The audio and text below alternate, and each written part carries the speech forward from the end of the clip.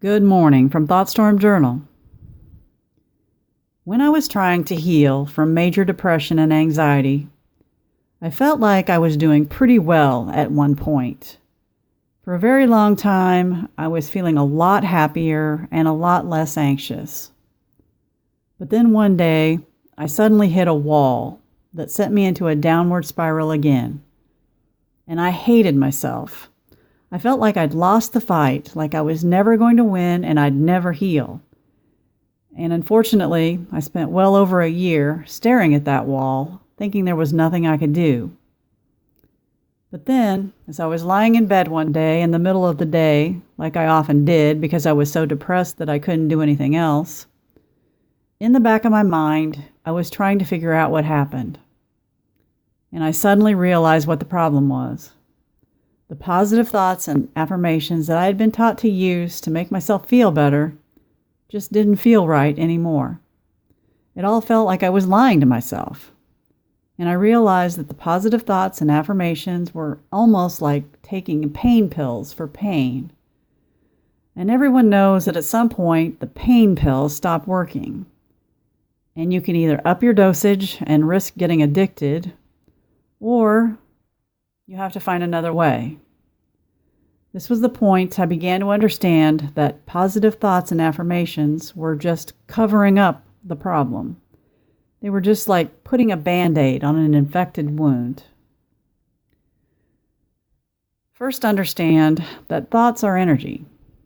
The thoughts you hold carry a type of energy inside you, and positive energy will affect you in positive ways.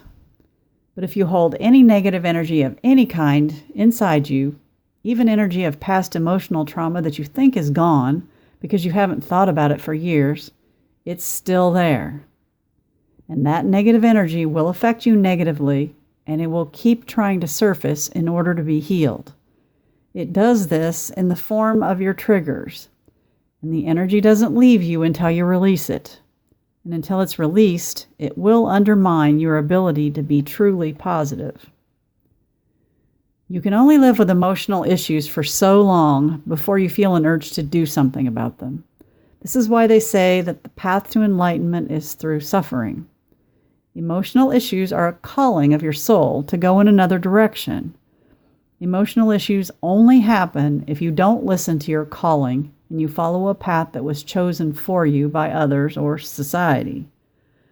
Most of us are taught that in order to be good people, we need to listen to people around us that we trust, or to a society that lumps all of us into one rigid category.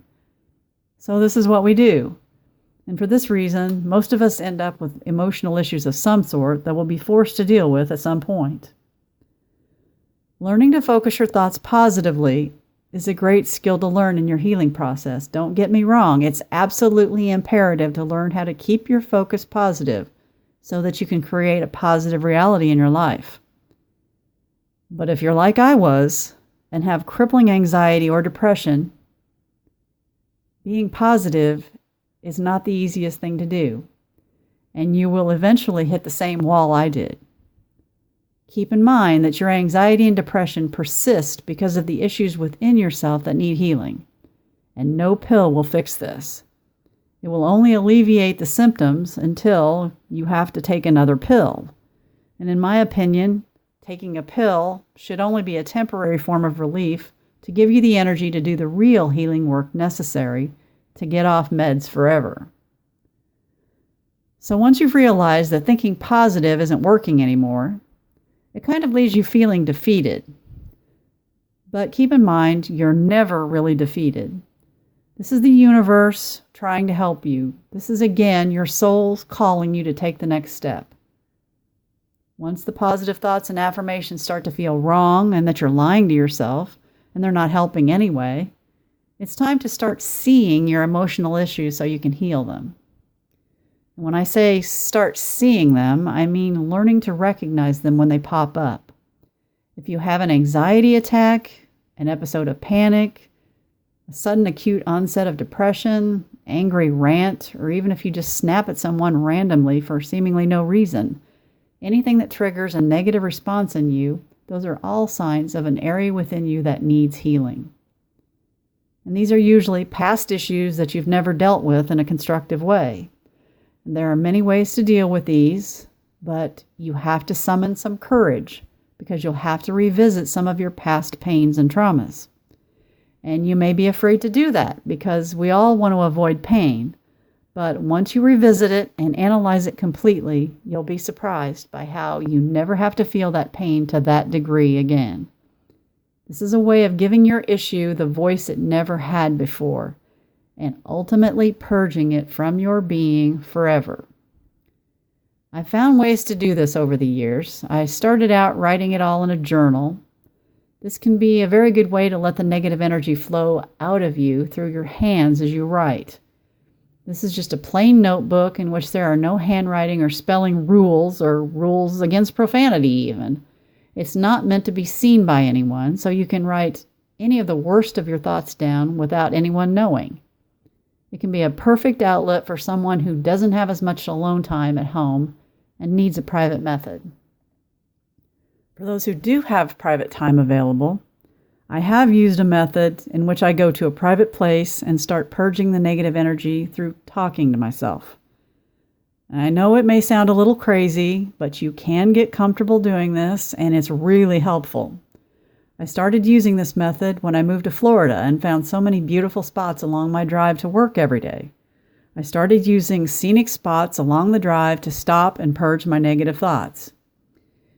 It could get really strange at times, sitting in my vehicle, often crying or cursing at the top of my lungs. But by the time I got home, I usually felt a lot better. So in order for any method to work, you have to make up your mind that you will face your emotions. And this is the time to start digging deep. Ask yourself what you've been upset about, what set you off, what depressed you, what made you angry, etc.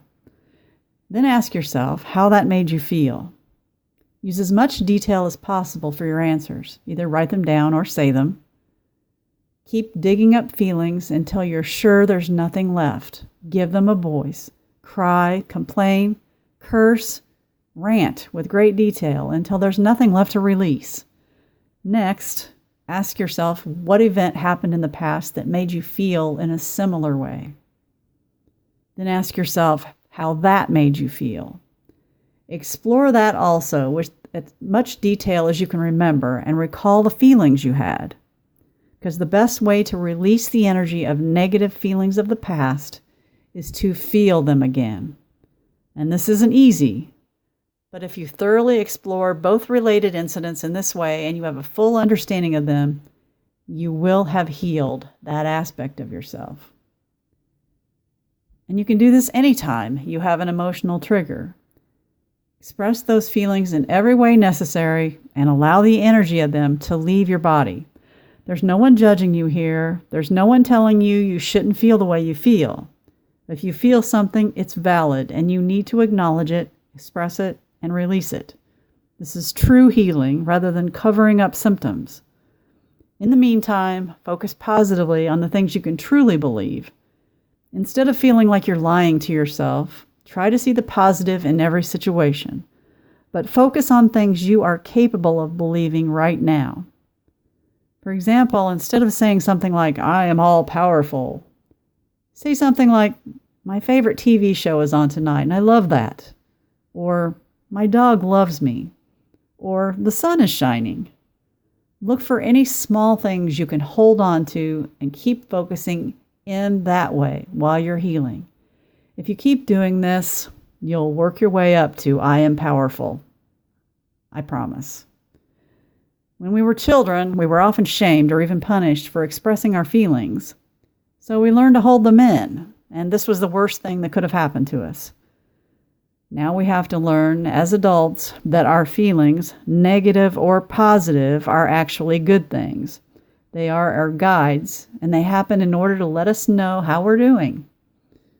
Don't be afraid of your feelings, ever. Express them when you need to, and watch how your world changes for the better.